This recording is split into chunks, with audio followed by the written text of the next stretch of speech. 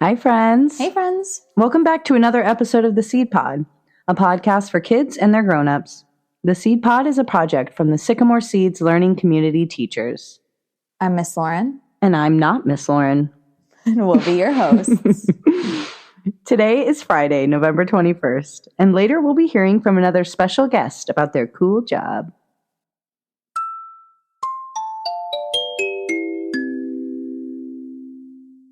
On this day in 1963, that's 62 years ago, 70-year-old Thomas Morris set the world record for longest distance traveled by skipping rope. In 94 days, he skipped across Australia from Brisbane to Cairns, a 1,264-mile journey. Our friend Thomas was a pretty interesting athlete in his time, doing all kinds of daring feats, like swimming for 4 hours with his hands and feet bound. He's actually set a different world record 30 years before his 94-day journey for skipping rope without stopping for 101 minutes, which totaled to 18,463 skips.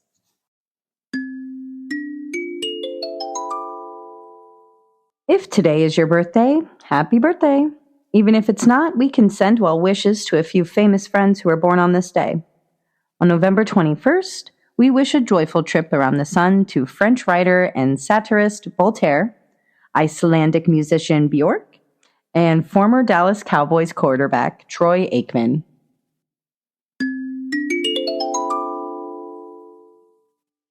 It's Friend of the Pod Friday. All right, friends, I'm here with our mystery guest this week. We are talking to Mr. Caleb, and he's a firefighter here in Indianapolis. Hi, Mr. Caleb. Thank you so much for being here with us. Hey, Lauren. Thanks for having me. So I've got some questions for you. How long have you been a firefighter?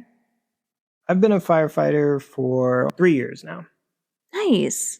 Can you tell us about your role in the fire department? Like, what does a day look like for you?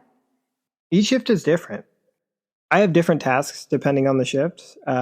Sometimes I'm the engineer or the driver. More often, I'm the backstepper. Okay. Well, I didn't know that the driver was called the engineer. That's pretty cool. I have to say, though, I don't know what a backstepper does. Can you tell me more about that?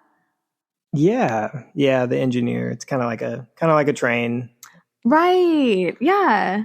Yeah, the backstepper actually rides in the back of the fire engine and helps out with searching for people who need help or putting out fires. We also help out in a lot of car accidents. Yeah, it sounds like your job involves a lot more than just putting out fires, right? Yeah, no, I'm also a certified EMT. So I get to take care of people who are sick or hurt on our calls. Wow, that's really amazing. Can you tell us what inspired you to become a firefighter? Yeah, I became a firefighter because I wanted to help others and make a difference with my time. Yeah, if we have any friends listening who might also want to be firefighters when they grow up, how would they pursue that? What do they need to work on now? Yeah, if you want to be a firefighter one day, one of the best things you can do now is to stay active and healthy, keep learning new things, and most importantly, show others that you care. That's wonderful. I've got one more question for you. I like to ask this of all of our guests. Can you describe what a really fun day at your job looks like? Firehouse is it's kind of like a big family. So when we're at the firehouse, we drink a lot of coffee, we play pickleball, a lot of us work out, and we generally cook dinner together. And then towards the end of the night, we'll usually watch a movie. But we always have to stay ready to go on call, no matter how much fun we're having. That's awesome. Thank you again for being with us, Mr. Caleb. Thank you again for having me.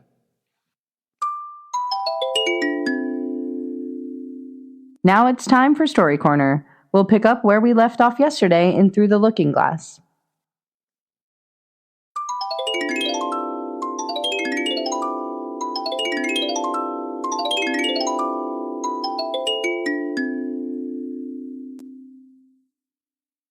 Chapter 8. It's My Own Invention. After a while, the noise seemed gradually to die away, till all was dead silence, and Alice lifted up her head in some alarm.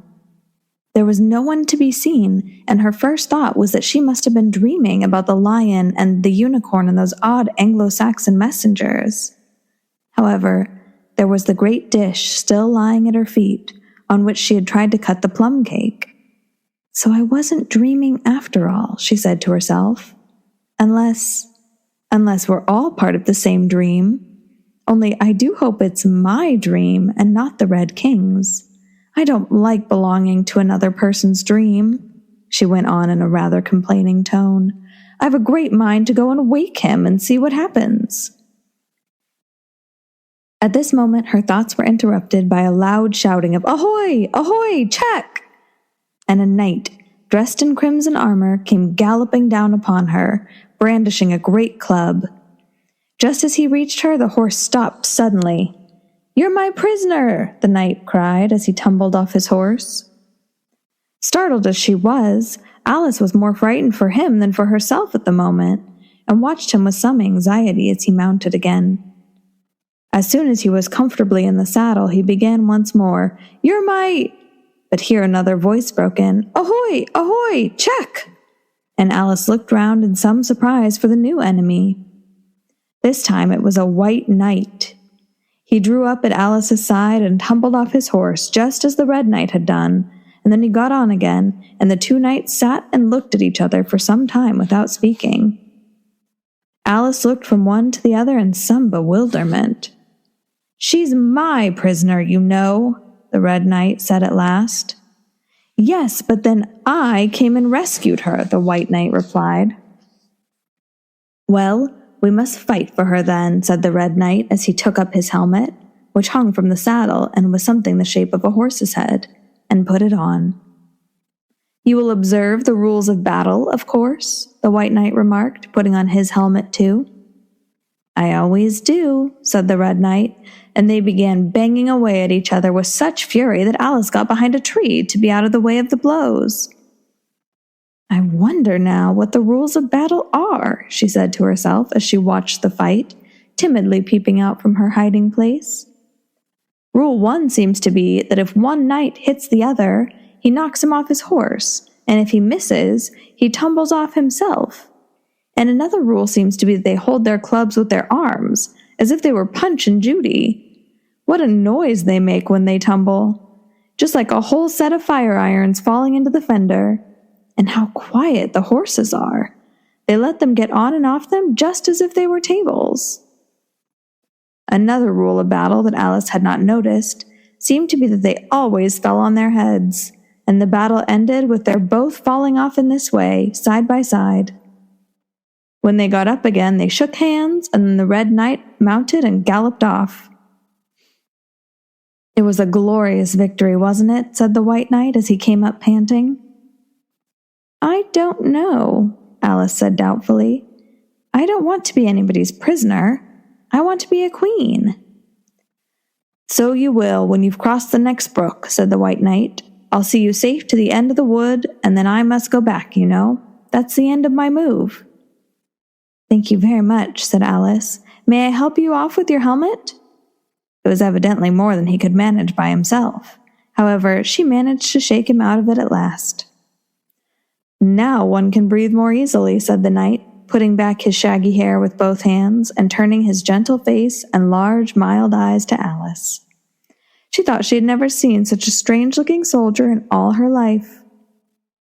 He was dressed in tin armor, which seemed to fit him very badly, and he had an odd-shaped little deal box fastened across his shoulders, upside down, and with the lid hanging open. Alice looked at it with great curiosity. "I see you're admiring my little box," the knight said in a friendly tone. "It's my own invention, to keep clothes and sandwiches in. You see, I carry it upside down so that the rain can't get in." "But the things can get out," Alice gently remarked. "Do you know the lid's open?" "I didn't know it," the knight said, a shade of vexation passing over his face. "Then all the things must have fallen out, and the box is no use without them."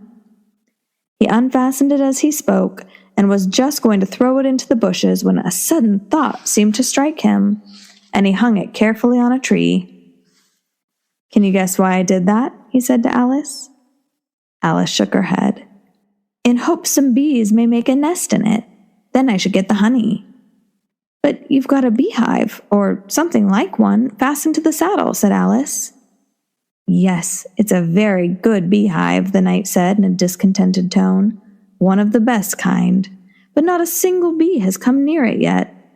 And the other thing is a mouse trap. I suppose the mice keep the bees out, or the bees keep the mice out. I don't know which." "I was wondering what the mouse trap was for," said Alice. "It isn't very likely there would be any mice on the horse's back." "Not very likely, perhaps," said the knight, "but if they do come, I don't choose to have them running all about. You see," he went on after a pause, "it's as well to be provided for everything. That's the reason the horse has all those anklets round his feet." "But what are they for?" Alice asked in a tone of great curiosity. "To guard against the bites of sharks," the knight replied. "It's an invention of my own. And now help me on. I'll go with you to the end of the wood. What's that dish for?" "It's meant for plum cake," said Alice. "We'd better take it with us," the knight said. "It'll come in handy if we find any plum cake. Help me get it into this bag." This took a long time to manage, though Alice held the bag open very carefully, because the knight was so very awkward in putting in the dish. The first 2 or 3 times he tried, he fell in himself instead. "It's a rather tight fit, you see," he said as they got it in at last. "There are so many candlesticks in the bag." And he hung it to the saddle, which was already loaded with bunches of carrots and fire irons and many other things. "I hope you've got your hair well fastened on?" he continued as they set off. "Only in the usual way," Alice said, smiling. "That's hardly enough," he said anxiously. "You see, the wind is so very strong here. It's as strong as soup." "Have you invented a plan for keeping the hair from being blown off?" Alice inquired. "Not yet," said the knight, "but I've got a plan for keeping it from falling off." "I should very like to hear it." "First, you take an upright stick," said the knight. "Then you make your hair creep up it, like a fruit tree. Now the reason hair falls off is because it hangs down. Things never fall upwards, you know. It's a plan of my own inventions. You may try it if you like." It didn't sound a comfortable plan, Alice thought, and for a few minutes she walked on in silence, puzzling over the idea, and every now and then stopping to help the poor knight, who certainly was not a good rider.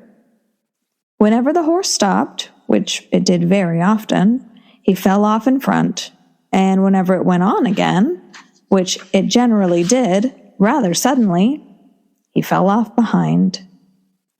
Otherwise he kept on pretty well, except that he had a habit of now and then falling off sideways, and as he generally did this on the side on which Alice was walking, she soon found that it was the best plan not to walk quite close to the horse. "I'm afraid you've not had much practice in riding," she ventured to say, as she was helping him up from his 5th tumble. The knight looked very much surprised and a little offended at the remark. "What makes you say that?" he asked as he scrambled back into the saddle, keeping hold of Alice's hair with one hand to save himself from falling over on the other side. "Because people don't fall off quite so often when they've had much practice." "I have had plenty of practice," the knight said very gravely. "Plenty of practice." Alice could think of nothing better to say than, "Indeed?" but she said it as heartily as she could. They went on a little way in silence after this, the knight with his eyes shut, muttering to himself, and Alice watching anxiously for the next tumble. "The great art of riding," the knight suddenly began in a loud voice, waving his right arm as he spoke, "is to keep—" Here the sentence ended as suddenly as it had begun, as the knight fell heavily on the top of his head, exactly in the path where Alice was walking. She was quite frightened this time, and said in an anxious tone as she picked him up, "I hope no bones are broken?" "None to speak of," the knight said, as if he didn't mind breaking 2 or 3 of them. "The great art of riding, as I was saying, is to keep your balance properly. Like this, you know." He let go the bridle and stretched out both his arms to show Alice what he meant, and this time he fell flat on his back, right under the horse's feet. "Plenty of practice," he went on repeating, all the time that Alice was getting him on his feet again. "Plenty of practice." "It's too ridiculous," cried Alice, losing all her patience this time. "You ought to have a wooden horse on wheels, that you ought." "Does that kind go smoothly?" the knight asked in a tone of great interest, clasping his arms round the horse's neck as he spoke, just in time to save himself from tumbling off again. "Much more smoothly than a live horse," Alice said with a little scream of laughter, in spite of all she could have done to prevent it. "I'll get one," the knight said thoughtfully to himself. "1 or 2. Several." There was a short silence after this, and the knight went on again. "I'm great-handed at inventing things. Now, I dare say you noticed the last time you picked me up that I was looking rather thoughtful." "You were a little grave," Alice said.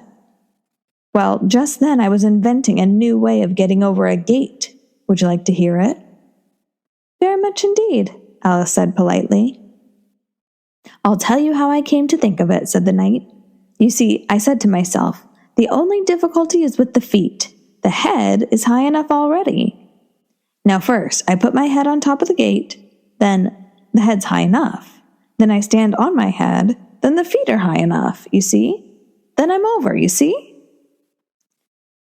"Yes, I suppose you'd be over when that was done," Alice said thoughtfully. "But don't you think it would be rather hard?" "I haven't tried it yet," the knight said gravely, "so I can't tell for certain, but I'm afraid it would be a little hard." He looked so vexed at the idea that Alice changed the subject hastily. "What a curious helmet you've got," she said cheerfully.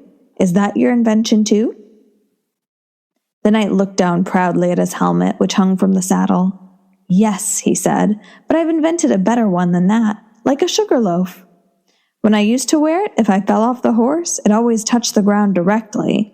So I had a very little way to fall, you see. But there was the danger of falling into it, to be sure. That happened to me once. And the worst of it was, before I could get out again, the other white knight came and put it on. He thought it was his own helmet." The knight looked so solemn about it that Alice did not dare to laugh. "I'm afraid you must have hurt him," she said in a trembling voice, "being on top of his head." "I had to kick him, of course," the knight said very seriously, and then he took off the helmet again. "But it took hours and hours to get me out. I was as fast as lightning, you know." "But that's a different kind of fastness," Alice objected. The knight shook his head. "It was all kinds of fastness with me, I can assure you," he said. He raised his hands in some excitement as he said this, and instantly rolled out of the saddle and fell headlong into a deep ditch. Alice ran to the side of the ditch to look for him. She was rather startled by the fall, as for some time he had kept on very well, and she was afraid he really was hurt this time. However, though she could see nothing but the soles of his feet, she was much relieved to hear that he was talking on in his usual tone. "All kinds of fastness," he repeated, "but it was careless of him to put another man's helmet on, with the man in it, too." "How can you go on talking so quietly, head downwards?" Alice asked as she dragged him out by the feet and laid him in a heap on the bank. The knight looked surprised at the question. What does it matter where my body happens to be, he said. My mind goes on working all the same. In fact, the more head downwards I am, the more I keep inventing new things. Now the cleverest thing of the sort that I ever did, he went on after a pause, was inventing a new pudding during the meat course. In time to have it cooked for the next course, said Alice. Well, that was quick work, certainly. Well, not the next course, the knight said in a slow, thoughtful tone. No, certainly not the next course. Then it would have to be the next day. I suppose you wouldn't have 2 pudding courses in one dinner. Well, not the next day, the knight repeated as before. Not the next day. In fact, he went on, holding his head down and his voice getting lower and lower, I don't believe that pudding ever was cooked. In fact, I don't believe that pudding ever will be cooked. And yet it was a very clever pudding to invent.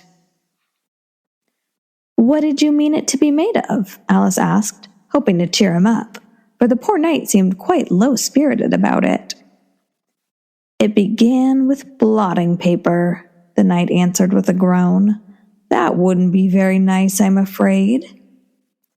Not very nice alone, he interrupted quite eagerly. But you've no idea what a difference it makes mixing it with other things, such as powder and gunpowder and sealing wax. And here I must leave you. They had just come to the end of the wood. Alice could only look puzzled. She was thinking of the pudding. You're sad, the knight said in an anxious tone. Let me sing you a song to comfort you. Is it very long? Alice asked, for she had heard a good deal of poetry that day. It's long, said the knight, but it's very, very beautiful. Everybody that hears me sing it, either it brings the tears into their eyes, or else what? Said Alice, for the knight had made a sudden pause. Or else it doesn't, you know? The name of the song is called Haddock's Eyes. Oh, that's the name of the song, is it? Alice said, trying to feel interested. No, you don't understand, the knight said, looking a little vexed. That's what the name is called. The name is really The Aged Man. Then I ought to have said that's what the song is called, Alice corrected herself. No, you oughtn't. That's quite another thing. The song is called Ways and Means, but that's only what it's called, you know. Well, what is the song then? Said Alice, who was by this time completely bewildered. I was coming to that, the knight said. The song really is A Sittin' on a Gate, and the tune's my own invention. So saying, he stopped his horse and let the reins fall on its neck. Then, slowly beating time with one hand, and with a faint smile lighting up his gentle, foolish face, as if he had enjoyed the music of his song, he began. Of all the strange things that Alice saw on her journey through the looking-glass, this was the one that she always remembered most clearly. Years afterward, she could bring the whole scene back again, as if it had been only yesterday. The mild blue eyes and kindly smile of the knight, the setting sun gleaming through his hair and shining on his armor in a blaze of light that quite dazzled her, the horse quietly moving about, with the reins hanging loose on its neck, cropping the grass at her feet, and the black shadows of the forest behind. All this she took in like a picture, as, with one hand shading her eyes, she leant against a tree, watching the strange pair, and listening in a half-dream to the melancholy music of the song. But the tune isn't his own invention, she said to herself. It's I give thee all, I can no more. She stood and listened very attentively, but no tears came into her eyes. I'll tell thee everything I can, there's little to relate. I saw an aged man a-sitting on a gate. Who are you, aged man? I said, and how is it you live? And his answer trickled through my head like water through a sieve. He said, I look for butterflies that sleep among the wheat. I make them into mutton pies and sell them in the street. I sell them unto men, he said, who sail on stormy seas. And that's the way I get my bread, a trifle, if you please. But I was thinking of a plan to dye one's whiskers green, and always use so large a fan that they could not be seen. So having no reply to give to what the old man said, I cried, "Come tell me how you live," and thumped him on the head. His accents mild took up the tale. He said, "I go my ways, and when I find a mountain rill, I set it in a blaze, and thence they make a stuff they call Rowland's Macassar oil. Yet 2 pence halfpenny is all they give me for my toil." But I was thinking of a way to feed oneself on batter, and so go on from day to day, getting a little fatter. I shook him well from side to side until his face was blue. "Come tell me how you live," I cried, "and what is it you do?" He said, "I hunt for haddocks' eyes among the heather bright, and work them into waistcoat buttons in the silent night. And these I do not sell for gold or coin of silvery shine, but for a copper halfpenny, and that will purchase 9. I sometimes dig for buttered rolls, or set lime twigs for crabs. I sometimes search the grassy knolls for wheels of hansom cabs. And that's the way," he gave a wink, "by which I get my wealth, and very gladly will I drink your honor's noble health." I heard him then, for I had just completed my design, to keep the Menai Bridge from rust, by boiling it in wine. I thanked him much for telling me the way he got his wealth, but chiefly for his wish that he might drink my noble health.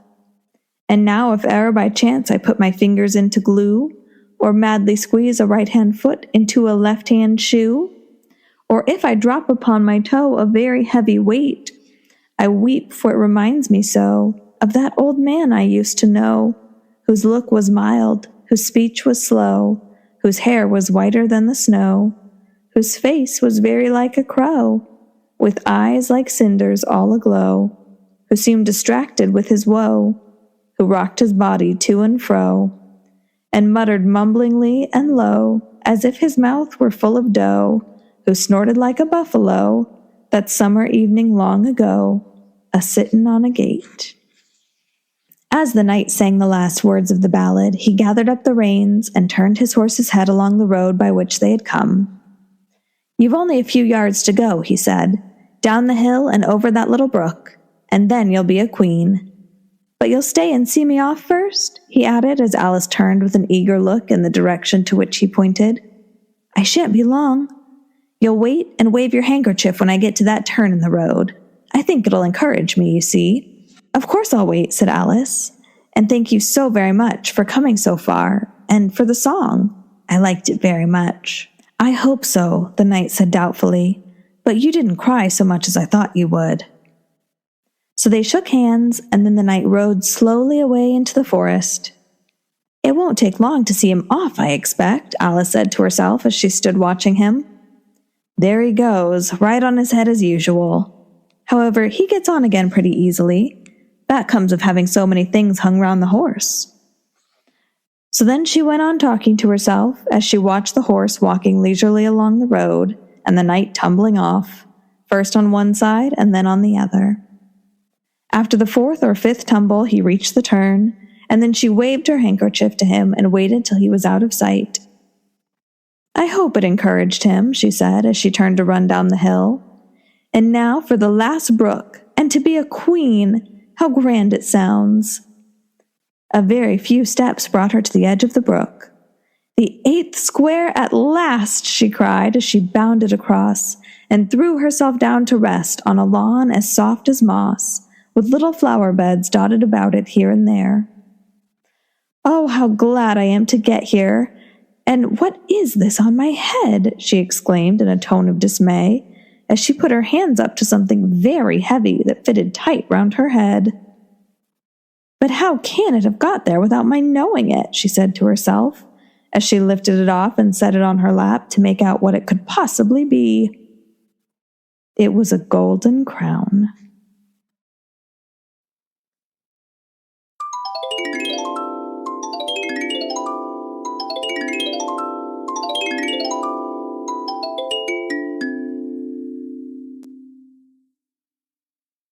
And we'll see you next week for more Through the Looking Glass.